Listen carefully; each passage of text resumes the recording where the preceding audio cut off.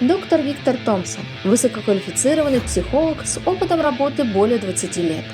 Он занимается спортивной психологией более 10 лет, помогает пациентам преодолевать общие психологические проблемы, такие как тревога, фобия, депрессия, стресс, а также помогает им справиться с травмами. Доктор Томпсон закончил Шеффилдский университет и получил степень бакалавра психологии в 1995 году.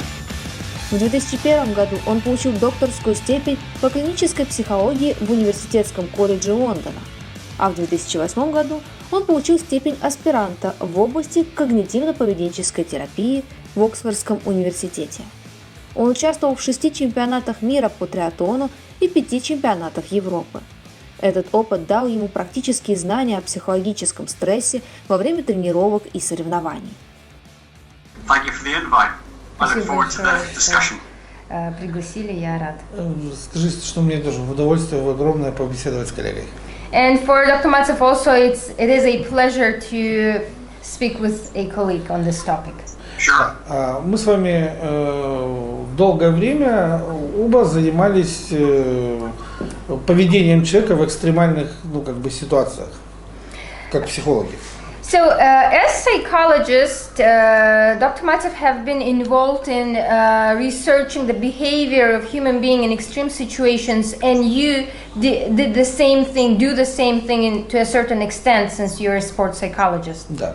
И поэтому в этих рамках я хотел бы обсудить несколько вопросов. And in the frameworks of this topic, Dr. Maltsev would like to discuss certain questions. Sure, sounds good. Первый вопрос. Что это за явление, по вашему мнению, которое выражается в виде отсутствия страха у человека? Dr. Thompson, would you mind please sharing your opinion about the phenomena when a person doesn't have a fear in a critical situation? Well, I think this is one of the most interesting areas when when most of us would show a lot of fear, don't show any, or their level of arousal reduces. Он говорит, это достаточно интересное явление в тех ситуациях, когда у многих людей был бы страх, у некоторых людей он отсутствует, либо его намного меньше.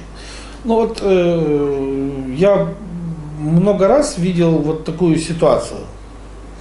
Давайте предположим, мотоциклист едет за фурой, за автомобилем большим по городу. С левой стороны сплошная полоса. So, could you look at the following situation, just hypothetically? You would think of a motorcycle rider who is riding on a highway and there is a lorry type of thing in front of it, and the lane which is nearby is full. Basically, he cannot turn to it because of different rules. То есть он не видит из-за машины, что происходит там. And because of the lorry in front of him, he cannot see the situation ahead. Сплошная полоса ему говорит о том, что ему пересекать ее, обгонять фуру нельзя слева. And because of the next line, he cannot basically pull out and accelerate and go faster than the lorry. Да, но при этом он берет и это делает, But at the same time, against all of the rules, he goes to that line which is prohibited. И попадает под встречную фуру. And he gets into an accident with a car which is going right to him. То есть, что происходит с человеком в этот момент времени? So, what do you think? What happens to a human being at that moment? Why does he make such a choice? It could be that he's getting frustrated, being pinned in, that he cannot escape. So that frustration boils over to a decision to take some action where he can overcome that frustration. Одна из причин может быть фрустрация. Человек долго ехал за грузовиком, запарился и решил все-таки обогнать его. По сути, это же, давайте тогда по-другому подойдем к вопросу. Представьте себе цирк. Okay, if we approach this question then from a different perspective, then could we think of a circus? Там под куполом цирка стоит акробат, ну, который там занимается подобного рода вещи, тренируется, там, занимается под куполом цирка. And we have a person under the dome of the circus who does the acrobatic different moves. То есть этот человек специально тренируется. But the difference with these people is that a person in the circus, he's a professional, he had a special training to do that. Для того, чтобы совершать там какие-то кульбиты, правильно? In order to do different extreme kind of exercises. Я разговаривал с многими такими людьми, и они говорят, что им страшно. And Oleg spoke with different people that are involved in different activities as such, and they told that they feel fear. И они тренированные люди. And we are speaking about trained people.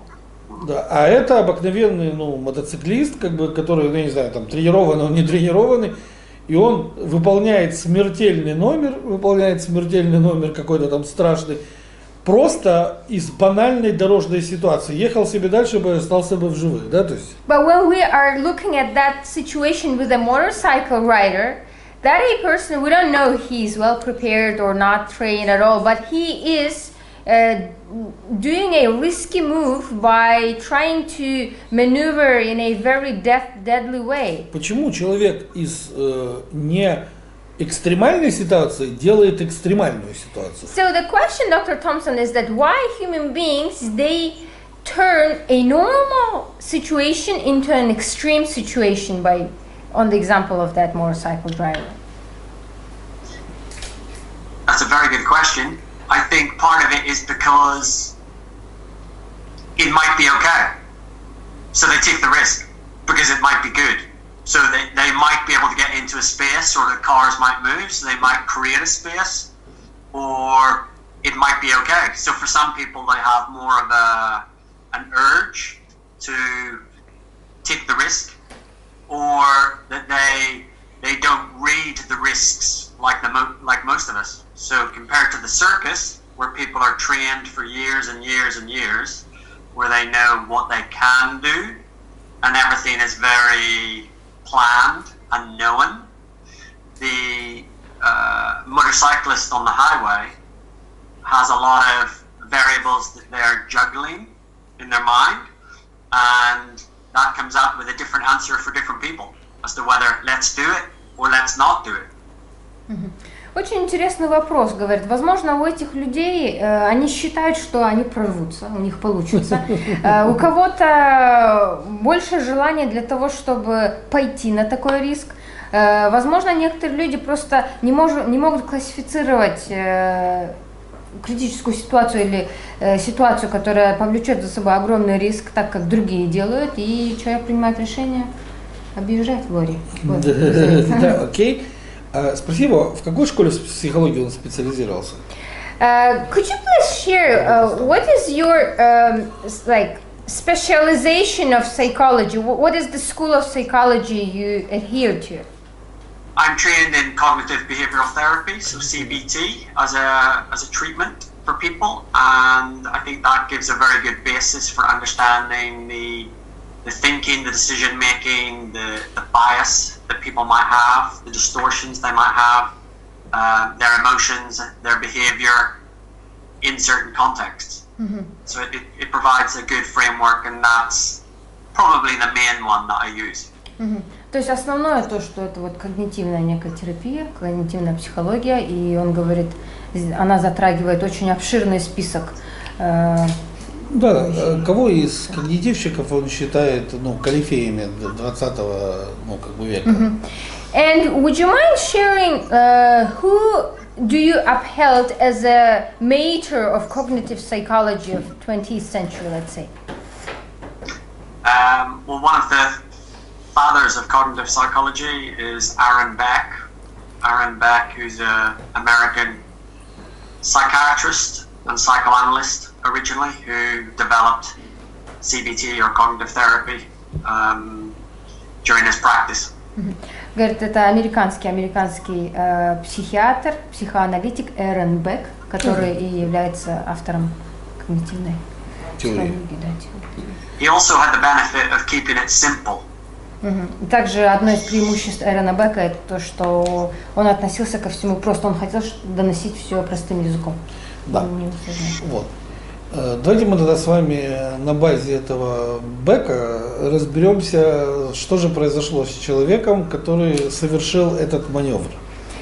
Then coming from this, could we discuss what had happened to that person on that motorway when he basically decided to accelerate and basically pull out near the lorry, based on Aaron Beck's teachings? Что сказал бы Бек по этому поводу? From his perspective, what he would have said to that situation, in your opinion? He would probably have said that that person at that time had a difficulty tolerating the frustration, or they got irritable or angry at being penned in, and then had to react behaviorally, had to take an action to feel better. So that action was to accelerate around or to take the risk, whether they thought of it as being risky or not. It was a solution to their emotional state. Скорее всего, он бы посчитал, что то решение человека обогнать грузовик – это некое решение на его психологическое состояние в тот момент. То есть этот человек чувствовал себя зажатым в этой ситуации, у него была фрустрация, что, долго или вот этот не едет. И человек пошел либо на такой риск, либо считал, что ему сейчас станет лучше, если он так поступит. То есть это как бы некое психотерапевтическое, я так понимаю, действие. So basically, coming from this, what you mean, it's like an action that would belong to psychotherapy category. Basically, he is doing that action to feel better. По сути, этот человек хотел себя терапевтировать бессознательно. Could we say that that person was about to basically go through the psychotherapy unconsciously because he was frustrated and he thought that he would take that risk or make that move in order to feel better? I would say that these are normal things that we do every day. We don't like discomfort, so we try to remove ourselves from discomfort. And that is a typical example of somebody who rides a motorbike, maybe, who then feels the discomfort and gets irritated and then makes a decision, which 9 times out of 10 is probably okay. But if it's not okay, it's really not okay. So it is basically an attempt to unconsciously go through the cycle, to make yourself better. It's a way of therapy, but unconscious. Well, I wouldn't necessarily say it was a way of therapy. I think it's what we normally do. If the person time and time again makes these bad decisions or gets overly frustrated, then they may end up benefiting from therapy. But otherwise, it's a normal thing, Он считает, что не обязательно именно это бессознательная психотерапия, а то, что мы все люди так делаем. Когда нам дискомфортно, мы всегда пытаемся вернуться в зону комфорта. И чаще всего он считает то, что этот мотоциклист сделал на дороге, мы вот так поступаем в этой категории, такой поступок 9 из 10. И 9 из 10 обычно все нормально заканчивается. Но вот бывает ситуация, когда плохо. А мы не можем в данной ситуации говорить о неадекватной оценке себя и действительности? Why don't we look at the situation, and do you think it's possible to view a situation as the person inadequately assessing the situation and himself by doing that action? Because he broke the law. It was not allowed to move to that lane. Yeah, but yes, he broke the law. He didn't follow the rules, but a lot of people don't follow the rules of the road, or break the law, or make different decisions, or take some risks. Absolutely. So it's all about the level, I suppose. So he was adequate. In that situation. It depends how it worked out. If it worked out badly, then it was a bad choice. If, like a lot of the times, it's completely fine, then maybe it's a wise decision because maybe he gets home quicker. Он говорит, все зависит от ситуации. Если все закончилось плохо, то, безусловно, он не объективно оценивал и ситуацию, и себя, а если все закончилось хорошо, то он быстрее поехал туда, куда нужно. То есть нарушив правила дорожного движения, правильно? Он говорит, мы все нарушаем правила иногда. Понял.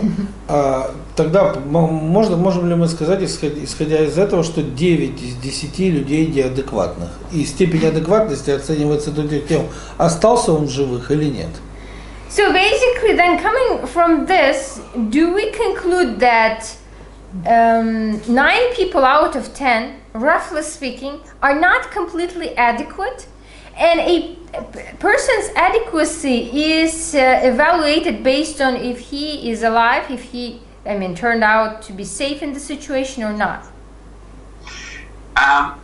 I don't think I would put it quite like that. I think I would put it more that 9 people out of 10 are maybe making the better choices or the sensible choices in those situations, so they're not taking too many obvious risks. You may say, or some people may say, anyone on a motorcycle is not making a good choice to get on a motorcycle, but that's maybe a different discussion.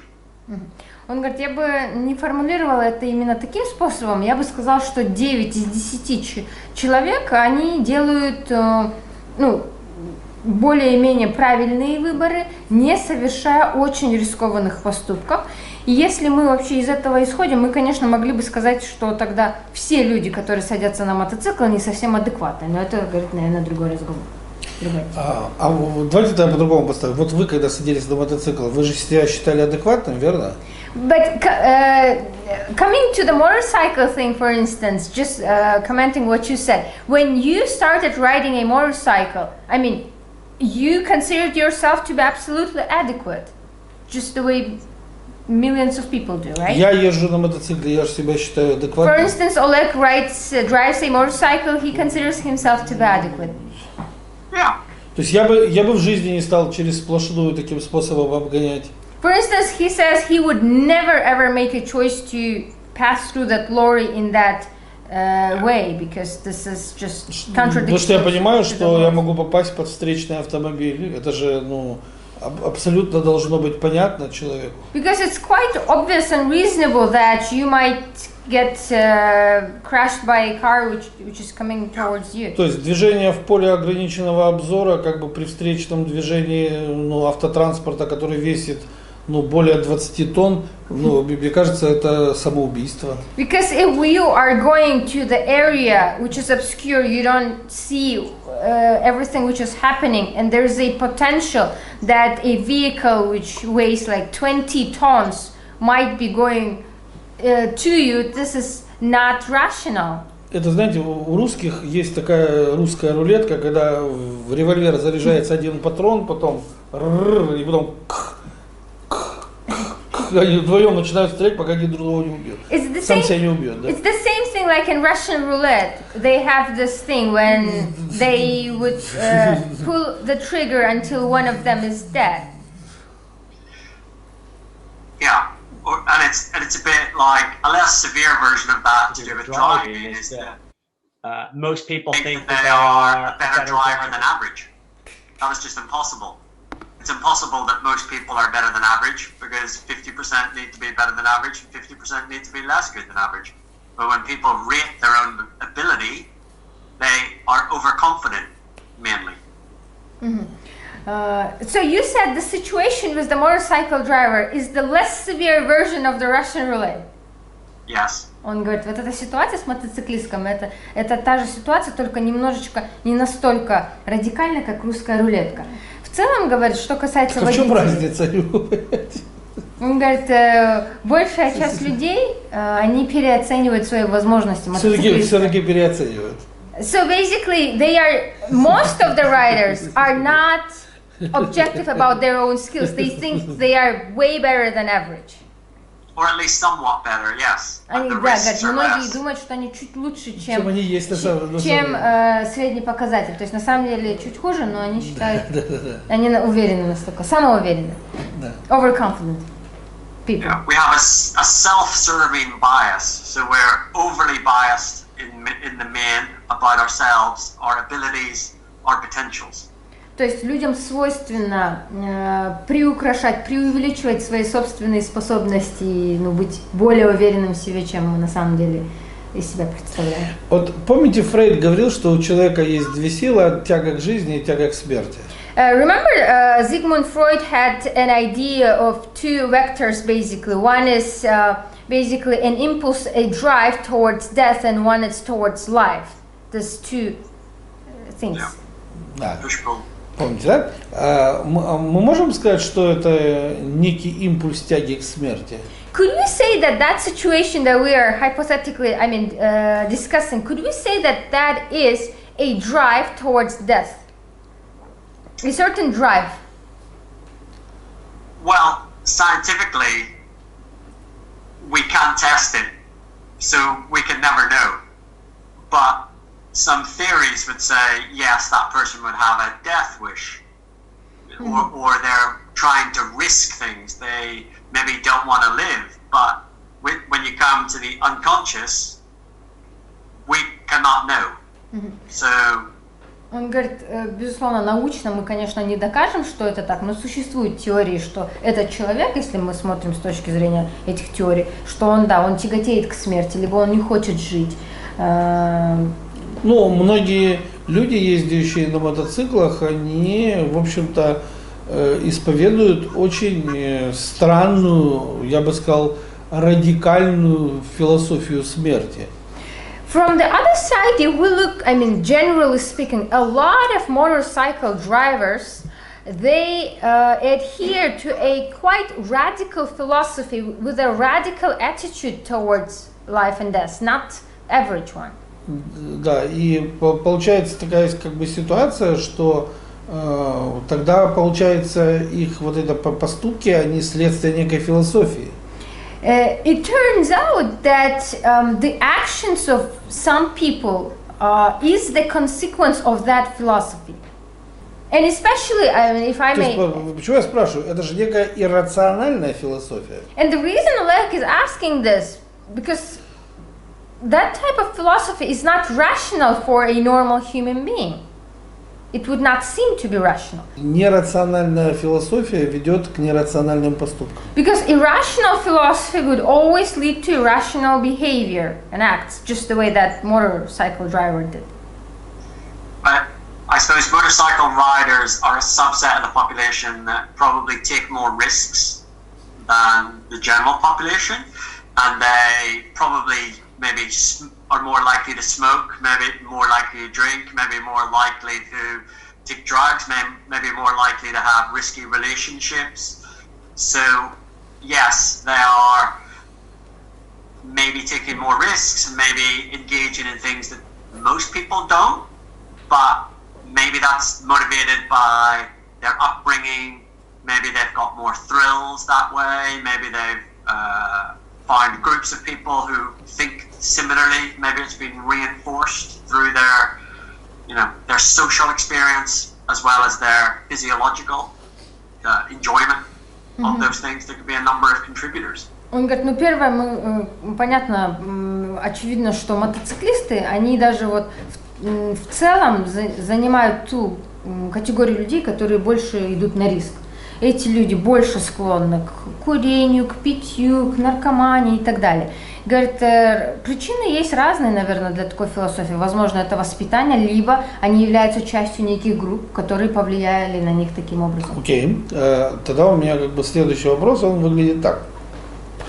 Ведь, по сути, своей, как бы, когда мы говорим с вами о любом экстремальном, виде спорта, то неважно, это мотоцикл, или это парашют, или это подводное плавание, то есть, когда, в общем-то, человек занимается какими-то рискованными вещами, что-то ж толкает его, заниматься этими рискованными вещами. And if we are now looking at extreme sports that are really extreme, be it like motorcycle racing, parachuting, or other type of very, very risky sports, not everybody would do that. So, in your opinion, what are the drives of people? What drives people to be engaged in those extreme sports? Positive reinforcement. So it feels good.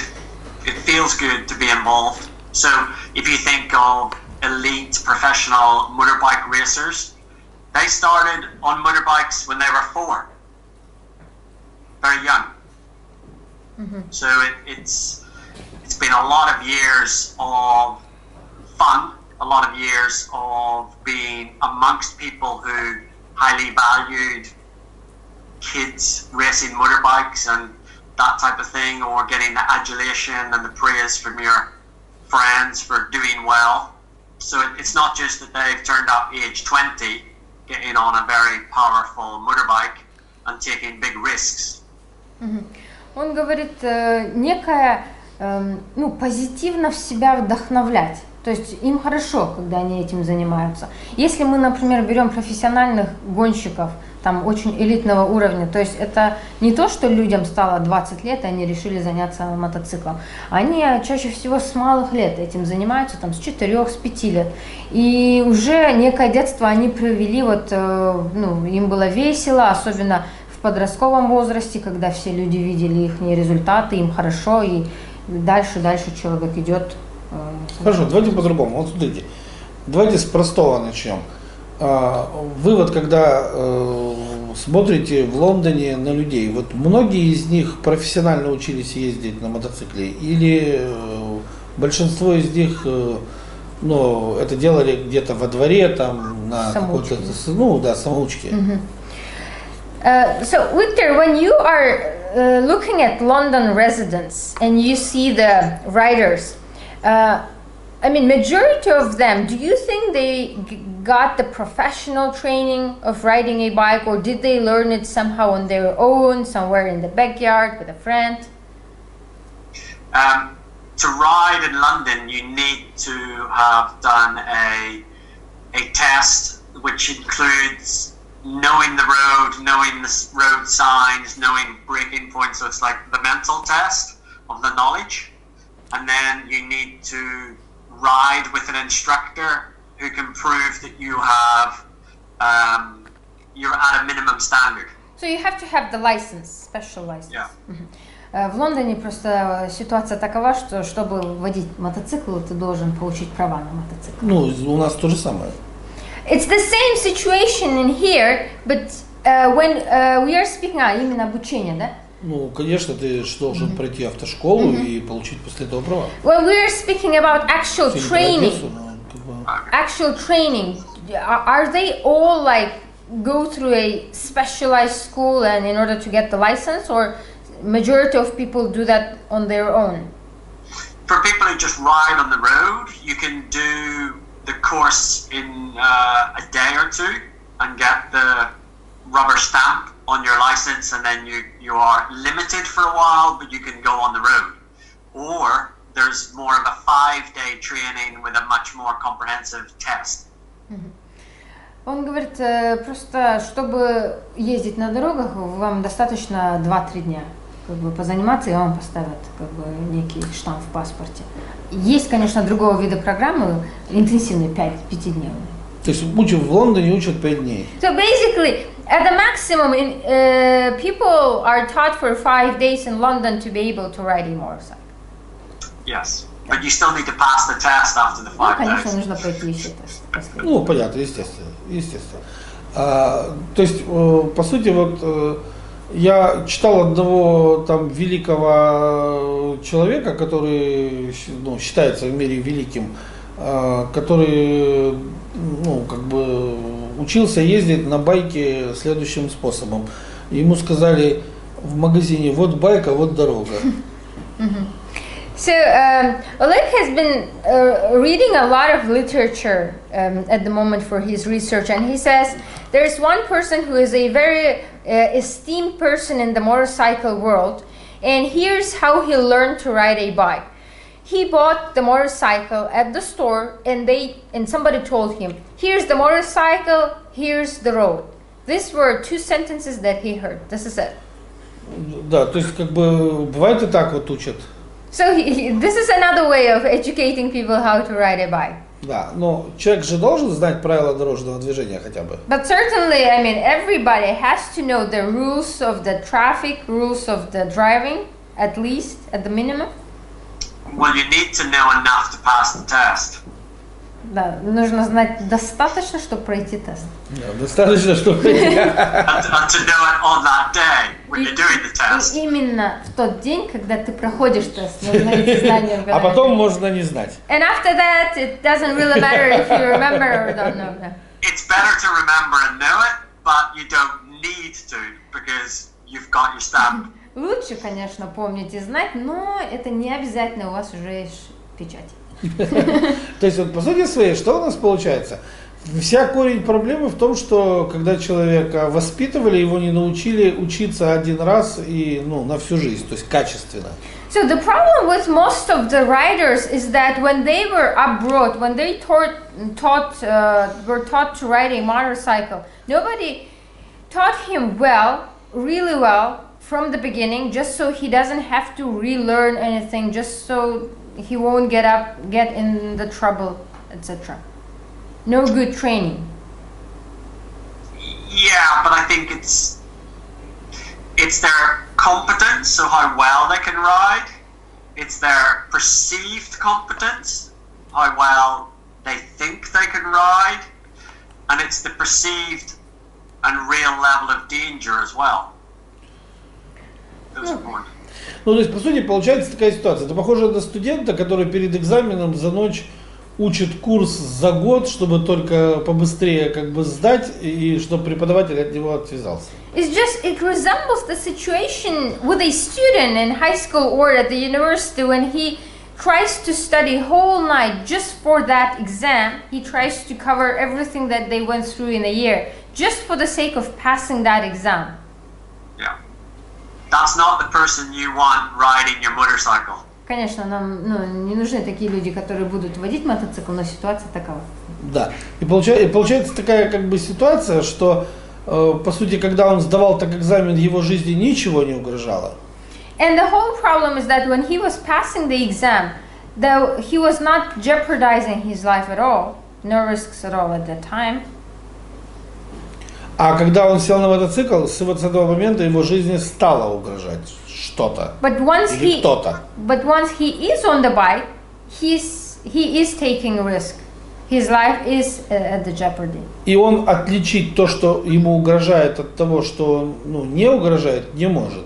And an average human being cannot differentiate what risks he is facing at the moment, which risks he is not facing at the moment. Yeah, there's a risk when you sat on that chair that it might break and you might hurt your back. But you didn't check it before you sat down to make sure it was okay before sitting down. On the bike? No, just on that chair. Он говорит, то же самое со стулом. Всегда есть риск, что стул может быть сломан. Но когда вы падаете, простите, со стула вам ничего не угрожает. But the thing is that when a person is falling from a chair, there are no risks compared to the motorcycle. Да, то есть максимально, что с вами может... Нет, вот есть как раз со стулом ничего не угрожает. With a chair there are no risks. Можете проделать эксперимент. Because one may do the experiment. Да, сядьте вот на стул, такой как у меня, схватитесь за это, упадите назад, с вами ничего не произойдет. Because if a person sits on the chair and he knows how to fall, if he grabs the back side of it and just falls, nothing would happen to him. С вами ничего не произойдет, вы даже не ударитесь. Person would not even get a black and blue thing. Вы даже не ударитесь, А если вот мотоцикл ударится в какое-нибудь препятствие типа столба, то, простите, с человеком что-то может нехорошее произойти, да. But if a motorcycle crushes something, then obviously. Yeah, it would likely be a lot more serious, but we all take risks. We take risks crossing the road, we take risks going into a motor car, we take risks going on public transport, we take risks walking in a park. Но просто подход следующий. Риск существует всегда. Когда мы идем в магазин, переходим дорогу, согласен, всегда риск. Абсолютно верно. Right, correct. Полностью согласен, вообще жизнь это риск. The life in general itself is a risk. И чем больше вот того, что у нас сейчас происходит в мире, тем больше рисков. And the more there are things that are happening right now in the world at the moment, the more risks we have. И по сути своей, ведь если мы скажем с вами о том, что водить Boeing 737 пассажирский, что же рискованно, правильно? to basically a pilot of a Boeing 737 is also a huge risk. Это что же риск, правильно, да? Но там пилотов 5 лет учат. But in order to become a pilot on such a airplane, you have to go through a training of at least 5 years. Да, и как бы еще после этого каждая авиакомпания предъявляет собственные требования к этим пилотам. Plus, every aviation company has their own requirements to each pilot besides Да, that. и все равно случаются авиакатастрофы. And even in such a case, we still have different catastrophes related to the Да, planes. то когда человека учат 5 дней, But when a person is taught 5 days to ride a motorcycle, а сложность управления мотоциклом равна сложности управления Боингом, and the complexity of riding a motorcycle is the same as not as flying the plane. да, то в таком случае, как бы, безусловно, мы получаем нехорошую статистику. And as a consequence of this, we end up having a really bad and nasty statistics with the motorcycles. Да, вот. Еще However, with the motorcyclist, there is the responsibility for that motorcyclist plus any passenger, plus maybe some other road users. But if a plane crashes, there's hundreds of people who would be innocent casualties, as well as the airline that would be liable. В случае мотоциклиста погибнуть на дороге могут несколько человек, а в случае самолета там погибают сотни людей, плюс и авиакомпания. Да, абсолютно верно. Хорошо, если так. It's good if the case is what you say. Хороший мотоцикл весит 400 килограмм. A good motorcycle would weigh 400 kilograms. Да, если он движется со скоростью 140 километров в час, And if somebody is riding it on the speed of 140 kilometers per hour, то это снаряд весом 400 килограмм, который попадет в борт пассажирского автобуса so со скоростью 140 километров в час. So it is like a small bomb, whatever, which is basically going on such a high speed, and if it gets inside of the, let's say, passenger bus, that would be a 400 kilograms thing getting crushed in that bus. Поэтому тоже может целый автобус с моста перевернуться. Something bad might happen С таким же in that успехом. case as well. Yeah, horrific. It would be horrific. But I suppose when we go back in history, people have driven cars or ridden motorbikes with very little training through the decades going back in time, and it takes a lot to change that. Чтобы поменять вот этот подход обучения мотоциклистов, наверное, нужно неимоверные усилия, потому что декадами, огромный промежуток времени, кучу поколений очень, еле как что-то обучались на мотоциклах и машинах и начинали водить. Это как бы некая традиция. А вообще мотоциклы в Лондоне популярны? So in general, motorcycles, are they popular in London today? Yes. Очень популярны. Да? И в Европе, я понимаю, так тоже очень популярны. And in Western Europe as well, not only in Britain. Да, то есть это такая некая альтернативная форма, как бы существования, да? So it's like an alternative form of being almost. Yes, you have your freedom, and it's faster. Да, у It's вас есть just you can свобода. get around the traffic, and it can be cheaper, and yeah, so it's got a lot of advantages. Да, у мотоцикла очень много преимуществ, то есть у вас есть свобода, вы намного быстрее, вы можете проезжать в пробках, и он еще менее дорогой, чем машина. Это, в зависимости от мотоцикла, как бы есть такие, которые дороже машины, как бы, да. Я имею в виду и расход топлива, как бы, умеренный. So, coming to the bike, when you say cheaper, it depends on the bike. There are bikes that would be way expensive than the car. But when it comes to the gas or whatever the fuel it is using, it's less than a car. Yeah, I'm thinking more of the smaller, cheaper, more economic motorcycles or scooters that people use to beat the traffic. Mm-hmm.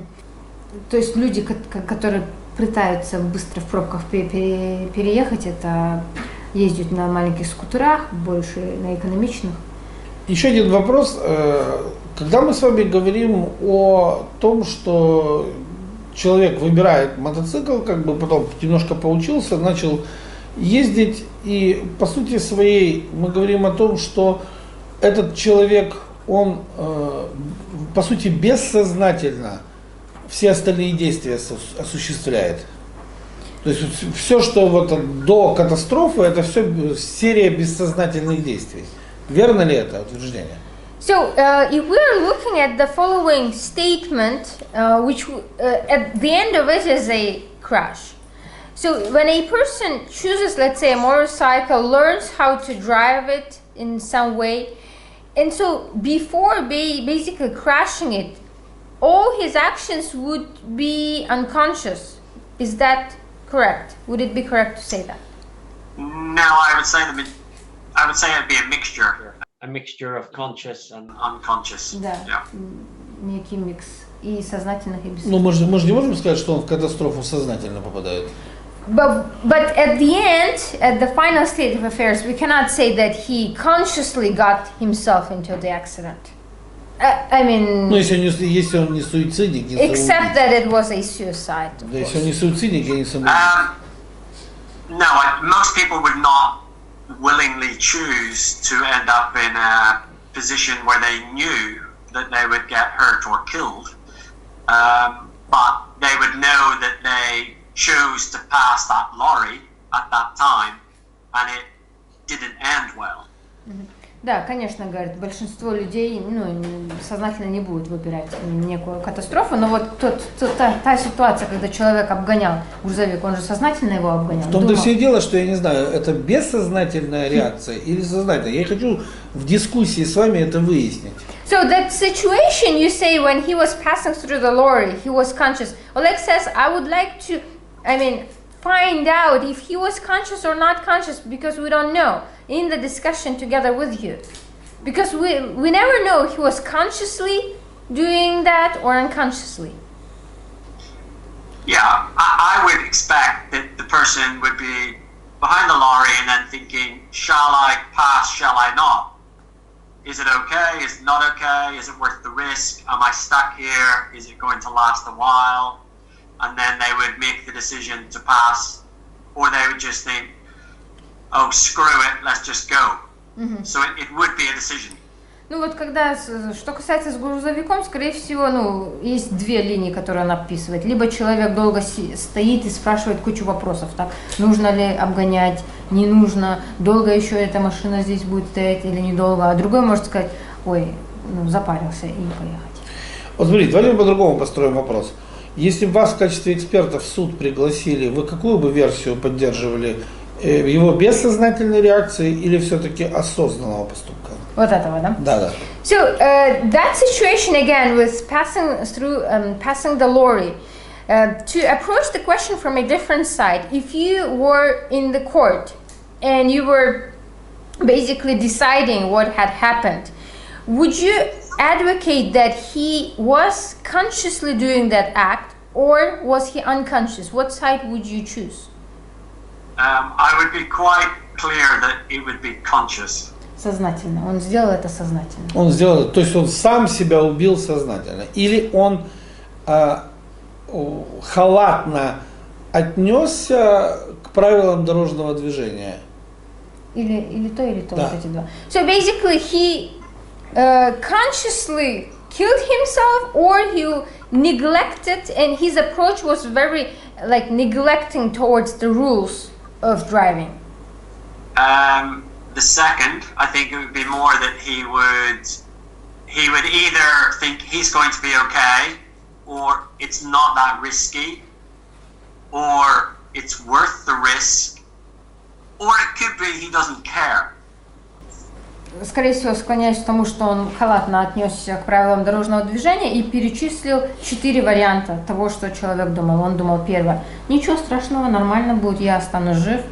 Второе, это совершенно не рискованная ситуация. Третье, он мог подумать, этот риск стоит этого, нужно сделать. И четвертое, ему вообще все равно. Ну, то есть самоубийца просто. Окей?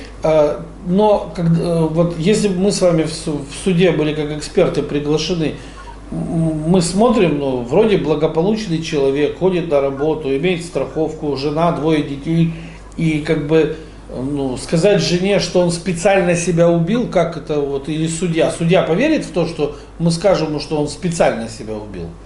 So let's say, okay, you guys are experts, let's say in the court, and that situation led to a crash. A person is dead by now.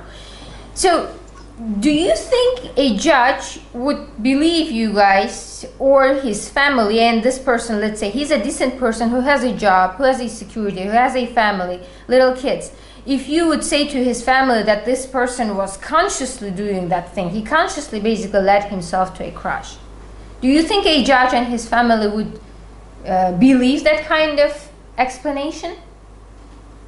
I'm not sure, but I think he would have consciously made the decision to move his bike, to turn left or turn right. That's a conscious decision. He doesn't necessarily know how it's going to end up. He would know it's going to be somewhat risky, but it maybe is worth it. Or he maybe doesn't care. Or he maybe thinks the risk is very low. Or it's his birthday and nothing bad can happen to him on his birthday. Or he's wearing a lucky charm, so nothing bad's going to happen. But he makes a decision.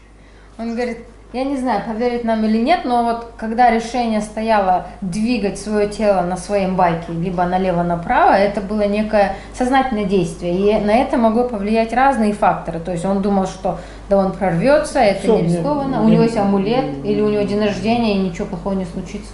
То есть вот эти действия являются сознательными, верно я понимаю? So basically, again, just to make it clear. Не, вот эти перечисленные действия, это причины сознательного действия, верно? So basically, things you have listed, he might have a birthday and everything will be fine. He thinks he might have a charm, protective, whatever. He might think that this is a low risk situation, etc. The list of things that you have described, these are things that led him to a conscious act, you think? Yes. Окей, и последний вопрос тогда. And the last question, then, if you don't mind. Вот тем людям, которые как бы сегодня садятся первый раз на мотоцикл, какую книгу бы вы порекомендовали прочитать, прежде чем ездить? For people that have just bought the bike and will be sitting on the bike for the first time, what book would you recommend them to read before getting on the bike? Oh. О психологии. About psychology. That's a very good question. Maybe the chimp paradox. The chimp paradox by Dr. Steve Peters, which describes chimp as in the chimpanzee. Парадокс обезьяны. Стив who? Steve Peters. 1 minute. О, парадокс обезьяны. Можно я сейчас посмотрю? Because it explains that the brain, the human brain, is in 3 parts. Она объясняет, что мозг человека содержит 3 основных части. So it has 3 parts about the brain. There is the computer that has the sort of the rules of how to operate, which is a lot, you might say, is unconscious, because it's where your decisions, your behaviors have become automatic. The second part is that you've got the human, which is trying to do the sensible things, trying to weigh things up, trying to be sensible. So that's like the thinking bit. And then you've got the chimp, so the chimpanzee, that is like an emotional young child who just wants to have fun and wants to avoid pain.